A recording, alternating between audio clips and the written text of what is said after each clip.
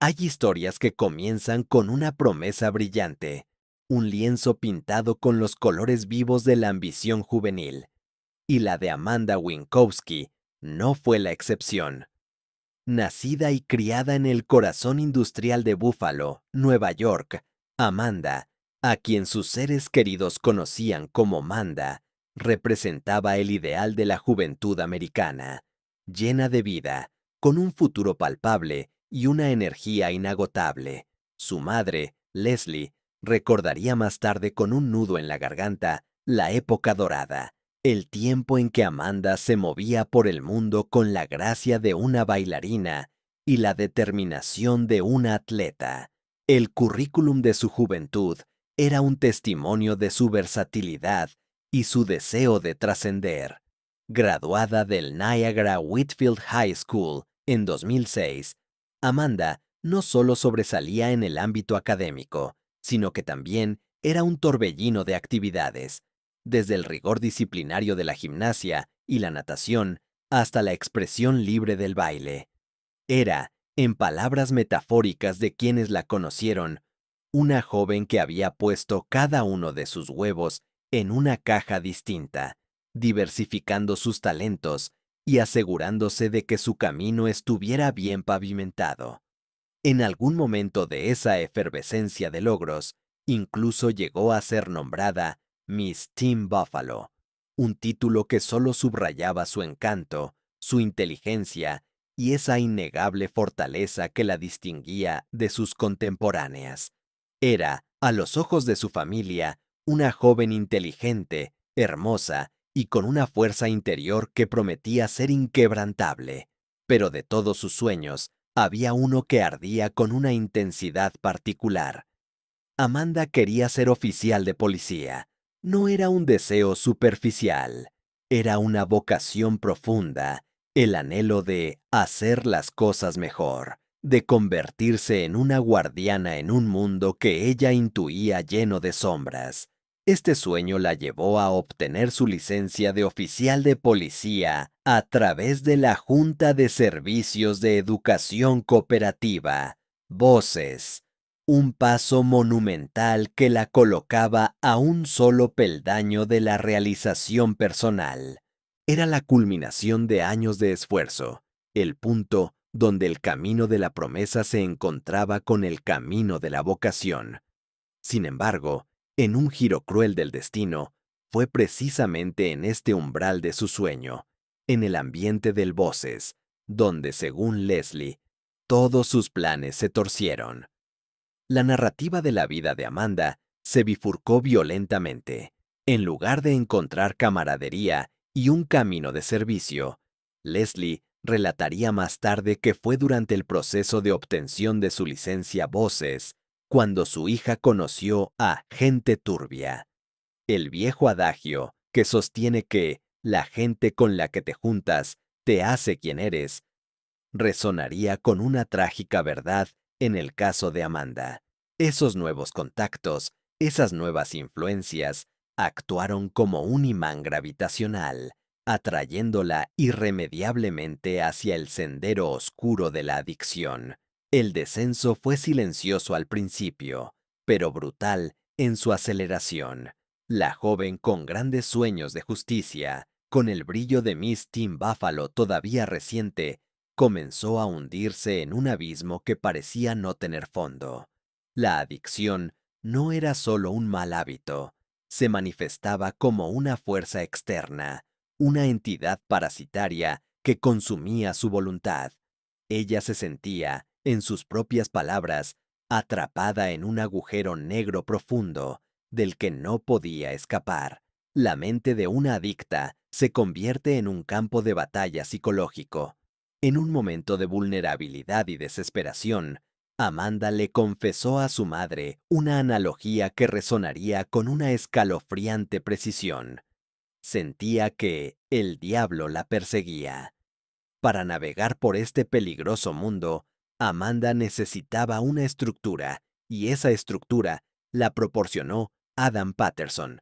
Adam no era solo su jefe en este oscuro negocio, sino también su compañero de piso. Vivían juntos en la reserva Tuscarora, en Lewon. La diferencia de edad era notoria. Algunos comentaban que Adam parecía lo suficientemente mayor como para ser el padre de Amanda. Cuando se les veía juntos, Adam era el engranaje central de este sistema. Su rol era el de un facilitador y proxeneta. Conocía a todas las personas en la cadena que podían ofrecer las sustancias que Amanda ansiaba, y a cambio, ellos obtenían lo que ella quería. Su trabajo consistía en concertar las citas y, crucialmente, conducirla a los hogares de estos hombres para asegurarse de que los tratos pudieran realizarse.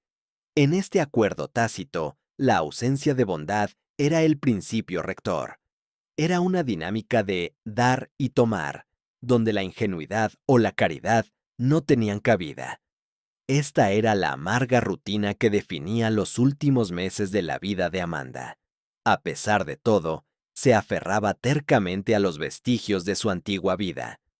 Trabajaba en el pub Cocktail Bob's, un lugar de luz y normalidad, y seguía inscrita en sus clases de justicia criminal en el Niagara County Community College. Era una heroína trágica en su propia historia, luchando un tira y afloja entre la oscuridad de la adicción y su deseo de retomar el sueño de su vida. El fatídico punto de inflexión llegó el 5 de diciembre de 2008. Amanda estaba en su trabajo en el bar cuando su compañero de piso y jefe, Adam Patterson, la llamó por teléfono. La conversación era breve, directa y funcional. Adam acababa de colgar con el próximo cliente de Amanda, un hombre que se hacía llamar Justice. Adam había establecido el acuerdo, el intercambio, pero lo supiera Amanda o no en ese momento, el cliente apodado Justice era una figura particularmente ominosa. El hombre era conocido por ser una persona cruel, y muchos lo consideraban un gigante aterrador.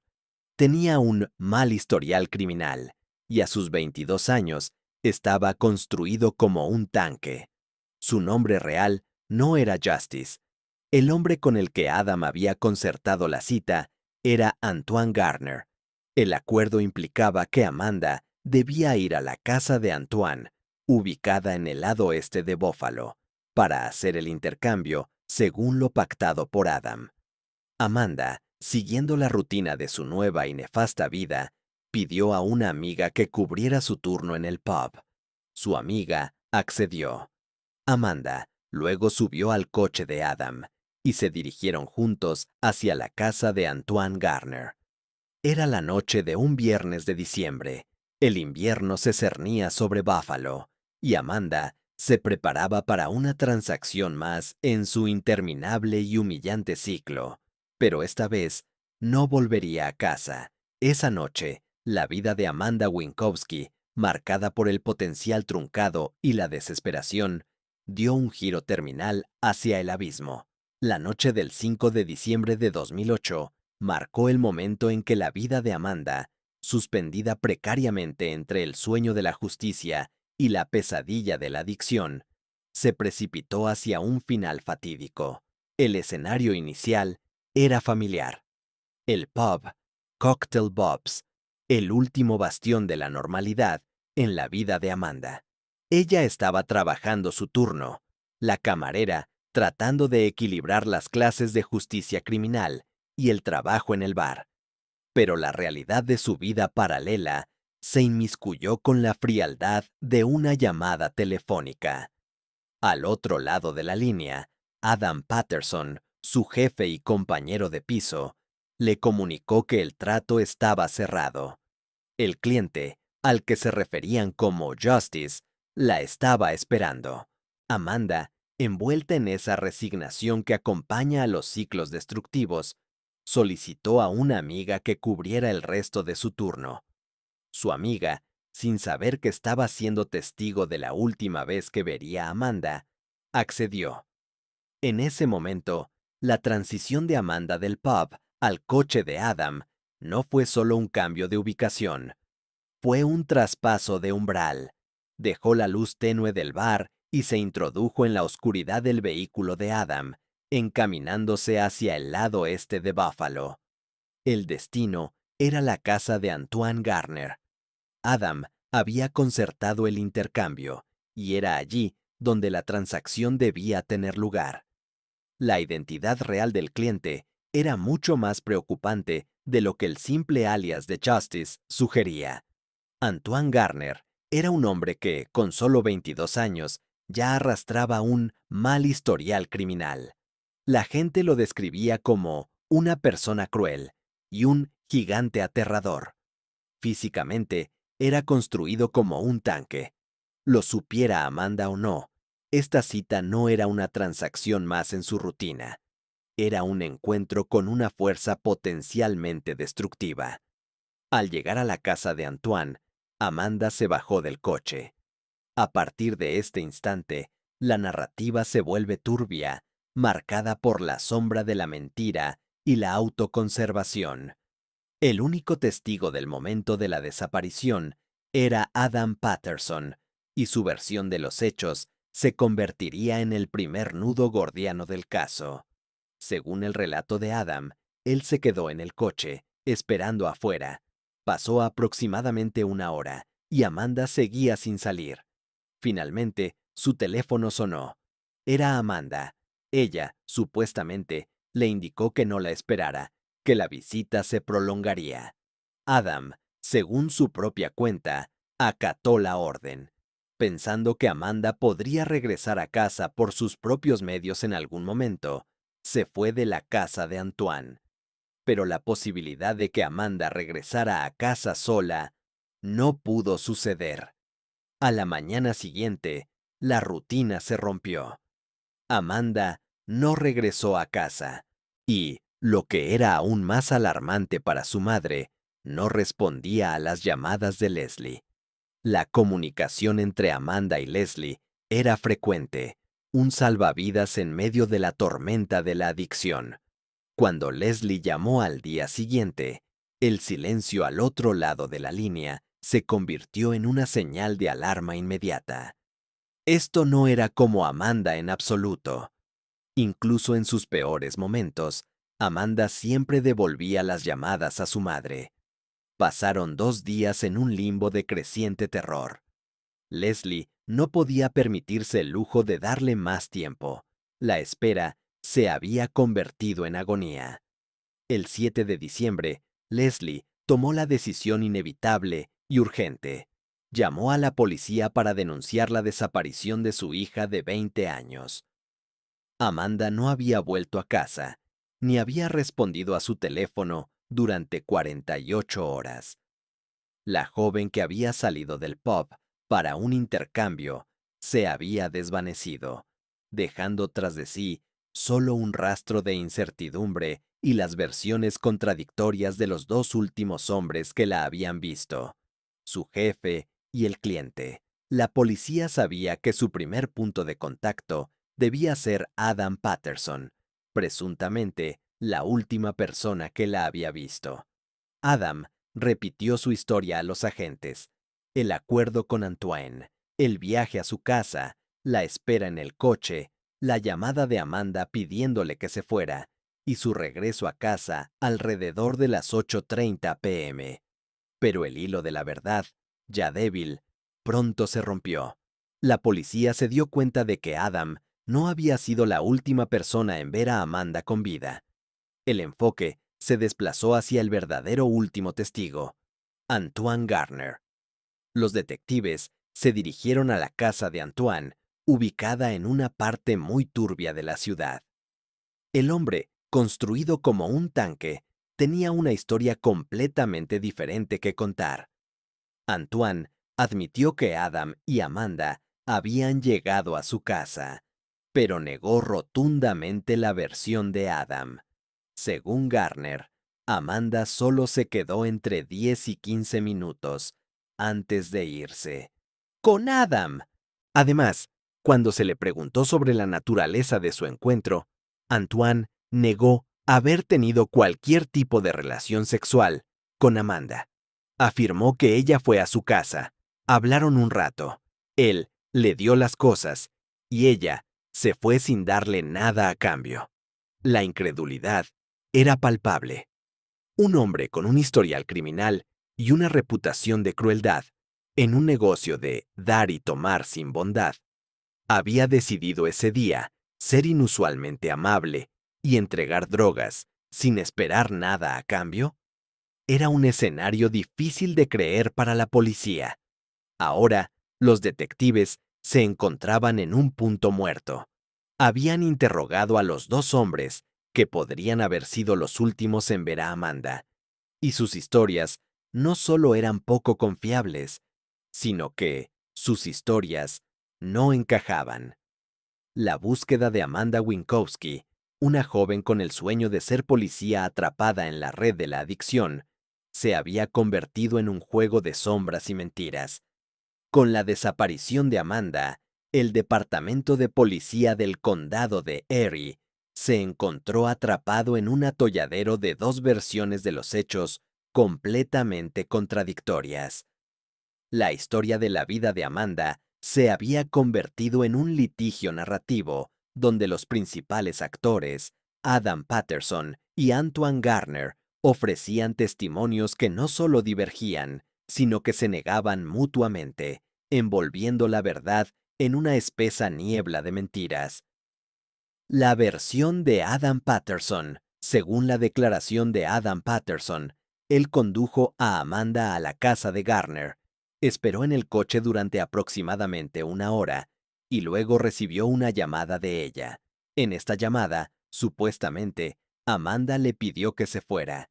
Le explicó que el trato se prolongaría y que ella encontraría la manera de volver a casa más tarde por su cuenta. Adam afirmó haber accedido y regresado a su hogar alrededor de las 8:30 p.m. Su versión, de ser cierta, lo habría relegado al papel de un simple chofer, eximiéndole de responsabilidad directa en la desaparición. La versión de Antoine Garner. Antoine Garner, el gigante construido como un tanque, ofreció a la policía un escenario radicalmente distinto. Confirmó que Adam y Amanda habían llegado a su casa, pero insistió en que Amanda se quedó solo entre 10 y 15 minutos. Según Garner, ella se fue con Adam. Lo más inverosímil de su relato fue su categórica negativa a haber tenido cualquier tipo de relación sexual con Amanda. Afirmó que ella fue a su casa. Hablaron un rato. Él le dio las cosas, las drogas, y ella se marchó sin darle nada a cambio. La incredulidad fue inmediata.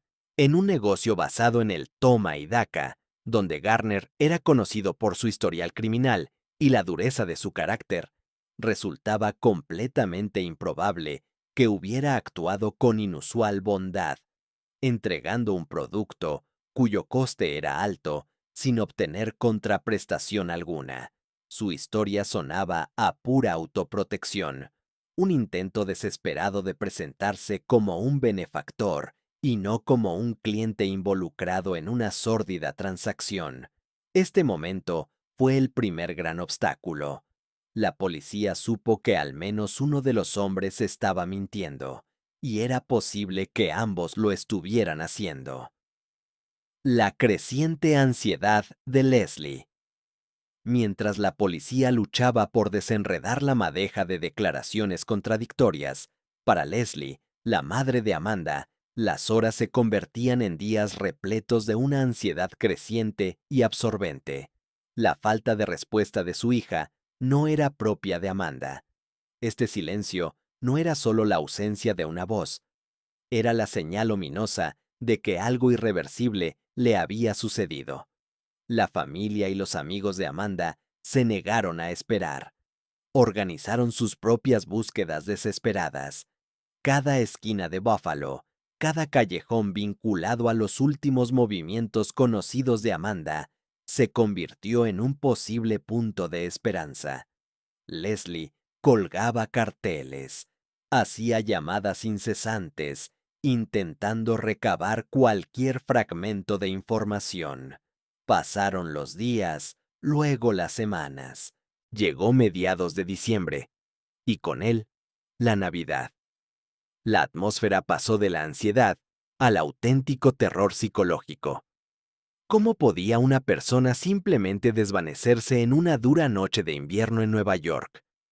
En esta etapa, la investigación se vio lastrada por la lentitud, debido al estilo de vida de Amanda, ligado al trabajo para adultos y al consumo de drogas. La policía y, peor aún, la opinión pública tendieron a restarle importancia a su desaparición. Parecía que el sistema no invertía todos los recursos en buscar a alguien que había elegido o se había visto obligada a elegir un camino arriesgado. Para Leslie, esto fue una doble crueldad. Su hija, luchando contra la adicción, era un ser humano con sueños y una vida que importaba, pero el mundo parecía dispuesto a descartarla. El mes llegó a su fin, y Amanda seguía invisible durante 4 semanas. Leslie, agotada pero indomable, se aferraba al último hilo de esperanza. Pero la intuición le susurraba que su hija ya no estaba simplemente huyendo del diablo. Capítulo 5. Desaparición en el silencio. El mes de diciembre se consumió en la negrura y el frío de Búfalo. La búsqueda de Amanda Winkowski se había estancado, envuelta en el silencio de los inviernos del norte. Las horas se fundieron en días y los días en semanas, cada uno de ellos erosionando la esperanza de la familia.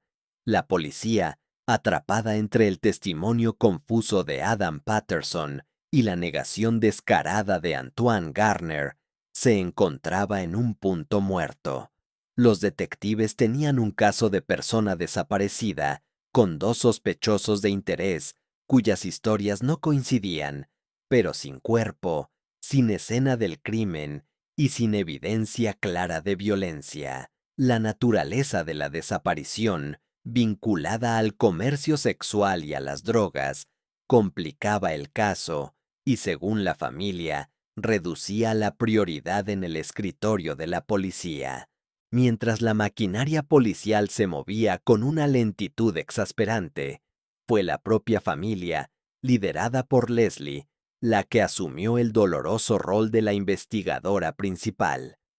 Leslie y sus amigos recorrieron incansablemente los barrios, enfrentándose a la hostilidad de la indiferencia y a la crueldad de la realidad. Había carteles de desaparecida pegados a postes de luz que pronto fueron arrancados por el viento invernal, y llamadas telefónicas a cualquier persona que pudiera haberla visto. Esta fase de la historia se centró en la psicología del vacío. El silencio de Amanda era ensordecedor para Leslie. Ella recordaba la analogía de su hija: sentir que huía de un diablo invisible. Ahora, Amanda misma se había convertido en una entidad invisible, una sombra sin paradero. La desesperación se manifestaba en la pregunta recurrente y punzante que Leslie se hacía al acostarse cada noche. Amanda no ha sido vista en 4 semanas. ¿Sigue viva? A medida que se acercaba el año nuevo de 2009, la esperanza de encontrarla viva se convertía en una carga insostenible. La familia se enfrentaba al fantasma de una tragedia que parecía inminente. El frío del invierno de Búfalo se hacía metafórico, reflejando el frío glacial que se instalaba en el corazón de Leslie. Los detectives habían cerrado temporalmente las líneas de investigación más obvias. Interrogaron de nuevo a Adam, quien mantuvo su versión. Interrogaron de nuevo a Antoine, quien siguió negando cualquier contacto significativo. Sin una prueba de delito, el caso se enfriaba rápidamente. Una víctima más engullida por el anonimato de una gran ciudad y por las complejidades de una vida al margen. La madre y los hermanos de Amanda solo podían esperar, rezando por una señal, una llamada, cualquier cosa que rompiera el silencio opresivo de la desaparición. El verdadero terror no radicaba en la certeza de la muerte, sino en la incertidumbre de la vida, en el limbo emocional donde la esperanza y el duelo luchaban a muerte. Enero de 2009 se abrió paso, implacable, cubriendo la ciudad con una capa fresca de nieve y hielo, condiciones perfectas para ocultar un secreto. La tranquilidad de la reserva Tuscarora y el bullicio silencioso del lado este de Búfalo guardaban su oscuro secreto, un secreto que pronto sería revelado de la manera más brutal e inesperada. El 10 de enero de 2009, 36 días después de que Amanda Winkowski se desvaneciera en el frío, el silencio opresivo que había envuelto el caso se rompió con la brutalidad de un grito. Ese día, la policía recibió una llamada anónima al 911. La voz, sin revelar su identidad, fue concisa y escalofriante, proporcionando una dirección en el lado este de Buffalo, no lejos de donde vivía uno de los últimos hombres que había visto a Amanda con vida. El mensaje era inequívoco y escalofriante. Encontrarán algo en el cubo de basura en esa dirección. La policía respondió de inmediato a la llamada, dirigiéndose a la ubicación indicada. El lugar era un callejón discreto, y el hallazgo se produjo, con una escalofriante coincidencia, a pocos pasos de la casa de Antoine Garner. Al llegar, los agentes se encontraron con un contenedor de basura industrial, uno de esos cubos de metal diseñados para ocultar los residuos de la vida diaria. El invierno de Búfalo había cumplido su promesa de congelación, y la escena era un testimonio de la crudeza del clima. El momento de la apertura del contenedor fue una suspensión del tiempo. Dentro, el horror se reveló con una fría y cruda precisión. Allí, en medio de la basura, envuelto en el hielo y la escarcha de enero, yacía un cuerpo. La descripción de la escena era perturbadora. El cuerpo estaba desnudo y completamente congelado, casi como una macabra escultura de hielo humano. La postura era la de una pesadilla, boca abajo, con la cabeza hacia el fondo, o como algunos dirían, de cabeza o al revés, en una posición que desafiaba cualquier explicación lógica de un accidente. Era evidente que el cuerpo había sido tirado allí, con desprecio. El acto de identificación fue un golpe devastador. Leslie y el hermano de Amanda fueron llevados al lugar, o a la morgue. La confirmación final fue posible gracias a un detalle íntimo: un tatuaje de mariposa en el cuerpo, un pequeño símbolo de belleza y transformación que ahora se había congelado en una escena de absoluta degradación. El cuerpo pertenecía a Amanda Winkowski. La escena era un testimonio silencioso de una violencia indescriptible. La desnudez sugería un acto de humillación o el retiro de evidencia. La posición indicaba que la colocación fue deliberada y forzada.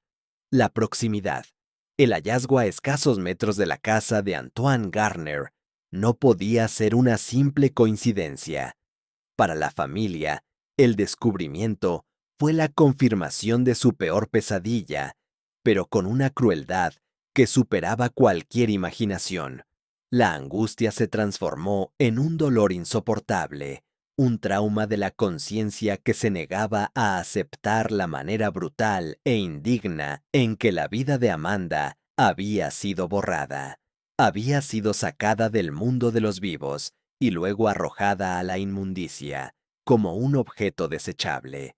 La policía tenía ahora un cuerpo, y la investigación se transformó oficialmente en un caso criminal.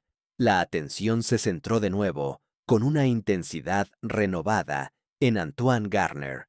Sin embargo, a pesar de que la evidencia circunstancial era abrumadora, el monstruo de la burocracia y la mala praxis forense estaba a punto de asestar el golpe más cruel al caso. El siguiente paso sería la autopsia, la pieza de evidencia científica que debía revelar la verdad detrás del horror.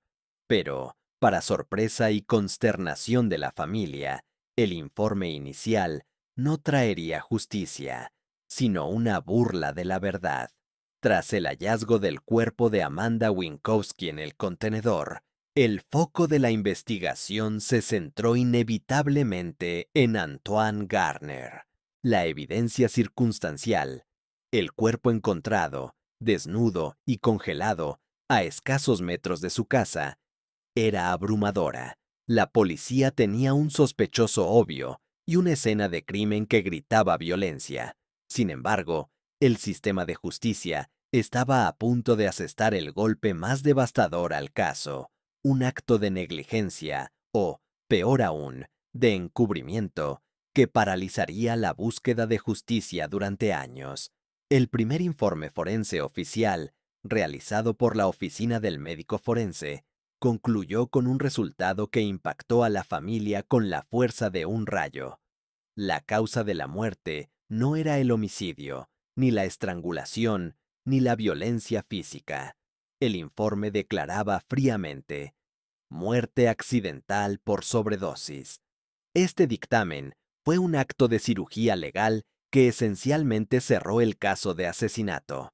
La conclusión oficial sugería un escenario absurdo y degradante, que Amanda, bajo los efectos de una sobredosis, había perdido la razón, se había desnudado en medio del crudo invierno de Búfalo, y de alguna manera, por una increíble y trágica casualidad, se había caído de cabeza o al revés en un contenedor de basura, donde se había congelado hasta morir.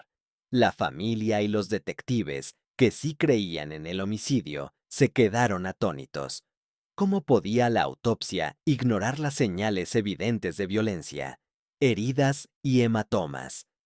El cuerpo de Amanda presentaba cortes y contusiones. Si bien la congelación podía alterar algunas características, los signos de trauma eran visibles. La postura. Un cuerpo que cae accidentalmente no termina desnudo y forzado en una posición boca abajo en el fondo de un cubo. La desnudez. La sobredosis no explicaba el porqué de la desnudez en temperaturas bajo cero. El informe oficial, al catalogar la muerte como un accidente, hizo algo más que exonerar a Antoine Garner en ese momento. Detuvo la investigación policial sobre el asesinato en seco. No se podía presentar un cargo de homicidio porque oficialmente no había habido uno. Para Leslie, la madre, esto fue el colmo de la injusticia. Su hija, una víctima doble de la adicción y ahora de la violencia, estaba siendo negada por el mismo sistema de justicia al que Amanda soñó con servir.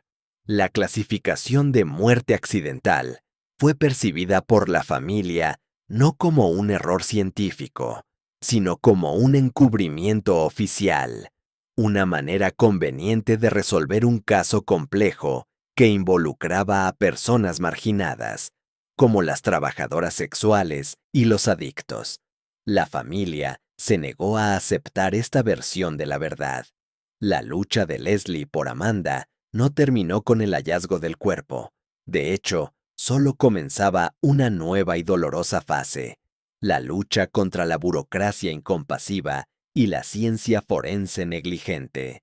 El resultado de la primera autopsia transformó la narrativa del caso, convirtiéndolo de un simple crimen en un thriller legal y psicológico sobre cómo el poder y la conveniencia pueden distorsionar la verdad, dejando a la familia de la víctima atrapada en un ciclo interminable de negación y desesperación. La injusticia se había convertido en un hecho oficial. La declaración oficial de muerte accidental por sobredosis actuó como un cerrojo, sellando el caso y la boca de la justicia.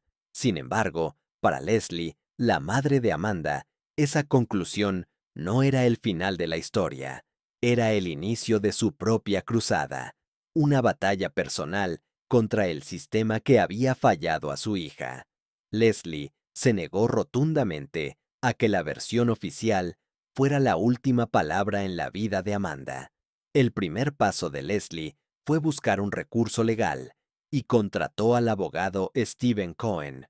Su objetivo era claro: desmantelar el informe inicial y forzar a la justicia a reconocer que su hija había sido asesinada. Esta tenaz insistencia llevó a la realización de una segunda autopsia independiente, un esfuerzo monumental que la familia pagó de su propio bolsillo en noviembre de 2011, casi 3 años después del hallazgo del cuerpo. Los resultados de este examen independiente fueron un rayo de luz en la oscuridad del caso. Causa de muerte revisada.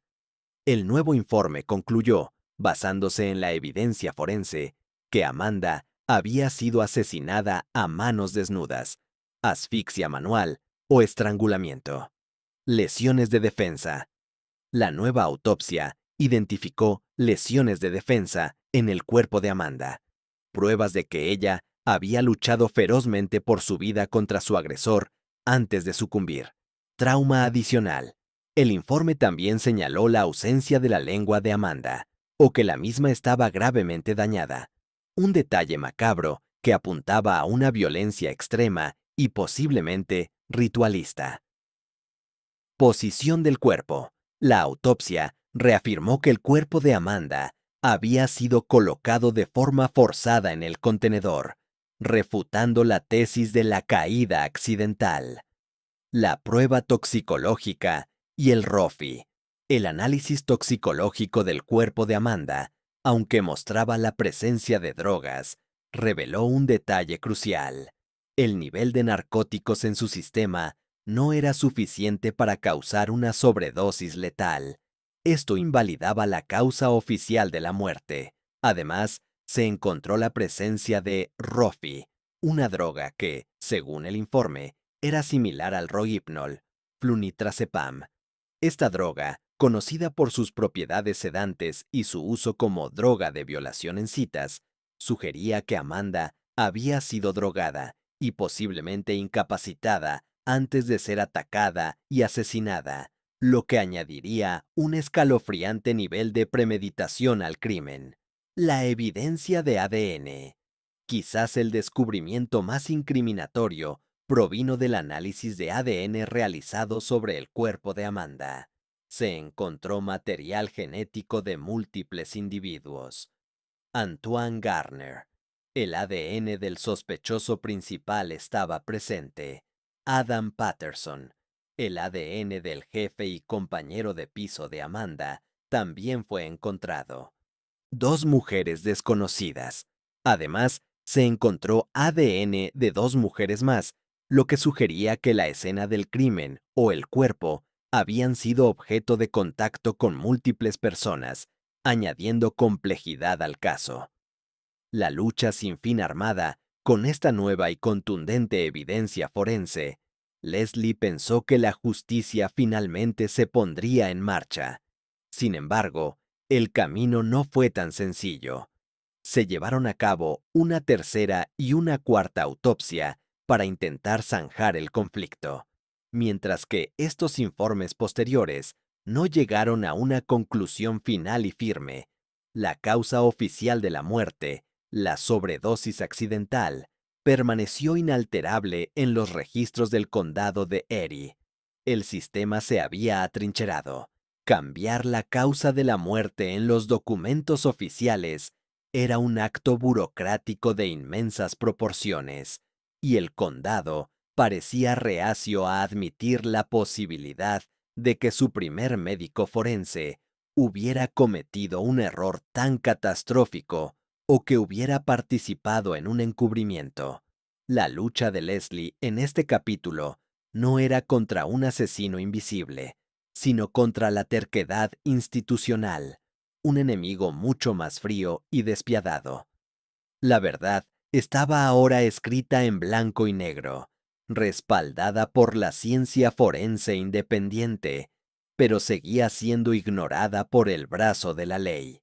A pesar de que la segunda autopsia había confirmado el asesinato de Amanda, el sistema judicial y policial de Buffalo permanecía inamovible, anclado a la versión inicial de la sobredosis accidental. Sin embargo, el tiempo, a menudo el mejor detective, estaba a punto de revelar un patrón de violencia que señalaba de forma inequívoca al hombre que la había visto por última vez, Antoine Garner. Garner siempre había mantenido su versión de la noche del 5 de diciembre de 2008. Amanda se había ido con Adam Patterson y él no había tenido ningún contacto sexual ni violento con ella, actuando supuestamente con una extraña amabilidad al regalarle drogas. Una mentira que la evidencia de ADN y la autopsia independiente ya habían refutado de manera contundente. La confirmación de la verdadera naturaleza de Antoine Garner llegó en un desarrollo impactante en 2013. En ese año, Garner fue arrestado y posteriormente acusado por una serie de crímenes que reflejaban con una escalofriante precisión el modo en que el cuerpo de Amanda había sido tratado. Los crímenes se remontaban al mismo periodo en el que Amanda había desaparecido y sido encontrada, diciembre de 2008 y enero de 2009. Los cargos eran graves y mostraban un claro patrón de depredación, agresión y estrangulamiento. Garner fue acusado de golpear y estrangular a otras trabajadoras sexuales.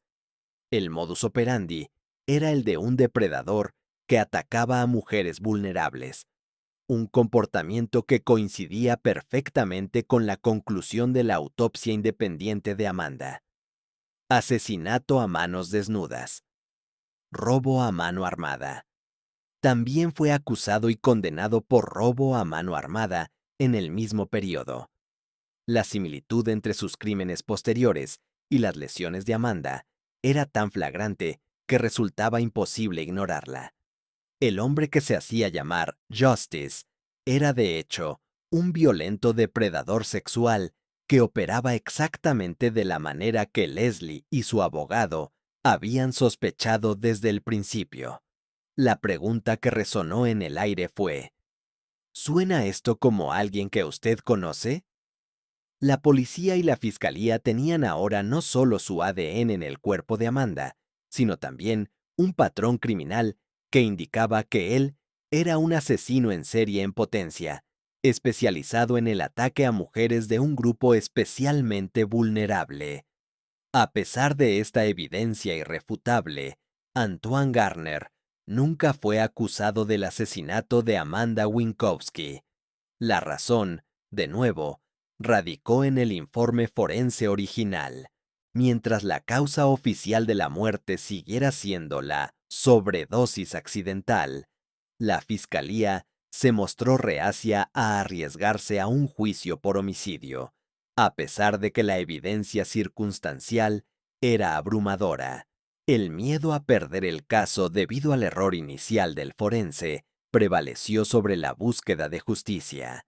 En cambio, Garner fue condenado por los crímenes contra las otras mujeres y el robo a mano armada. Fue sentenciado a 18 años de prisión por estos delitos. Para la familia de Amanda, esta condena fue una victoria agridulce. El gigante aterrador estaba fuera de las calles, pero no pagaría por el crimen que le había quitado la vida a su hija. El mensaje del sistema fue cruelmente claro. El caso de Amanda, debido a su estilo de vida, no merecía el riesgo legal. Este capítulo no solo expuso la brutalidad de un individuo, sino también la fallida ética de la institución, que prefirió la conveniencia a la verdad, permitiendo que la injusticia persistiera a pesar de que el asesino estaba, literalmente, tras las rejas por crímenes similares. La condena de Antoine Garner a 18 años de prisión por los crímenes contra otras trabajadoras sexuales trajo un simulacro de justicia. Pero la verdad sobre la muerte de Amanda Winkowski siguió siendo una herida abierta y purulenta. Garner estaba encarcelado por su patrón de depredación, que se había manifestado en el mismo periodo en que Amanda fue asesinada, pero legalmente, su expediente por el caso de Amanda estaba limpio. La causa oficial de la muerte seguía siendo una sobredosis accidental. La lucha de Leslie, la madre de Amanda, contra el sistema alcanzó su punto culminante en 2021. Casi 13 años después de que se encontrara el cuerpo de Amanda, Leslie presentó una demanda contra el condado de Erie. Su objetivo no era monetario, era moral y legal. Leslie exigía que el condado cambiara la causa de la muerte en el certificado de defunción de su hija, pasando de accidente a homicidio, o, al menos, a indeterminada. La familia, armada con los informes de la autopsia independiente, que demostraban el asesinato por estrangulamiento y la presencia de drogas como el rofi, sentía que esta era su última oportunidad. El sistema, sin embargo, respondió con un último y cruel golpe de gracia. El tribunal rechazó la demanda de Leslie. La razón no fue la falta de evidencia, ni la debilidad de los argumentos. La demanda fue desestimada por una tecnicalidad legal devastadora. El estatuto de limitaciones había expirado. El tiempo que Leslie había invertido incansablemente en la búsqueda de la verdad se convirtió en su enemigo final. Esta decisión fue un momento de quiebre para Leslie. Después de más de una década de lucha incansable, de enfrentarse a la negación, a las mentiras de los sospechosos, a la negligencia forense y a la indiferencia burocrática, la ley le dijo que ya era demasiado tarde. Como lo expresaron sus allegados, le rompieron el espíritu. La voz de Amanda, el caso de Amanda Winkowski, incluso 16 años después de que su cuerpo fuera encontrado congelado en un cubo de basura, sigue siendo un misterio abierto y un poderoso recordatorio de los fallos del sistema. A pesar de que Garner está en prisión y de que se presentaron nuevas pruebas en 2021, incluyendo el testimonio de un testigo que afirmó haber visto a Garner utilizando una pistola Taser o una pistola eléctrica contra una mujer poco antes de la desaparición de Amanda. El caso permanece en un limbo legal. La historia de Amanda es más que un true crime sin resolver. Es una narrativa sobre el potencial perdido de una joven que soñaba con ser policía, atrapada en las garras de la adicción y luego olvidada por el sistema que supuestamente debía protegerla. Su lucha y la de su madre destacan la brutalidad de la indiferencia institucional cuando una víctima es considerada marginal. La moral de esta historia es que el sistema puede fallar catastróficamente a aquellos que más necesitan ayuda, compasión y justicia. La vida de Amanda, marcada por la promesa y la tragedia, importó. Su voz sigue resonando a través de cada persona que continúa buscando justicia en su nombre. Leslie Winkowski, la madre que se negó a enterrar la verdad junto a su hija, continúa su lucha, un faro de tenacidad en la negrura. Su esperanza es que el caso sea reabierto y que finalmente el error de la primera autopsia sea corregido. Solo entonces, cuando la causa oficial de la muerte refleje la verdad del asesinato, Amanda Winkowski podrá descansar en paz y su asesino, Antoine Garner, pagará por el crimen que realmente cometió.